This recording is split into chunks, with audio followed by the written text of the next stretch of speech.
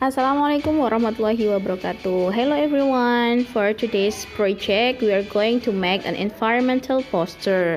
For the first step, you have to find a sub-theme. For example, Miss Lela will make ocean environment. And then second, write the message of the poster. Miss Lela will write save the ocean.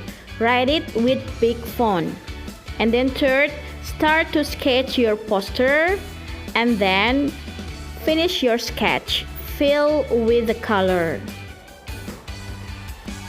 Here Miss Lela make a video to make the environment poster. I hope you enjoy it. And at the end of the video, Miss Lela put several examples of the poster.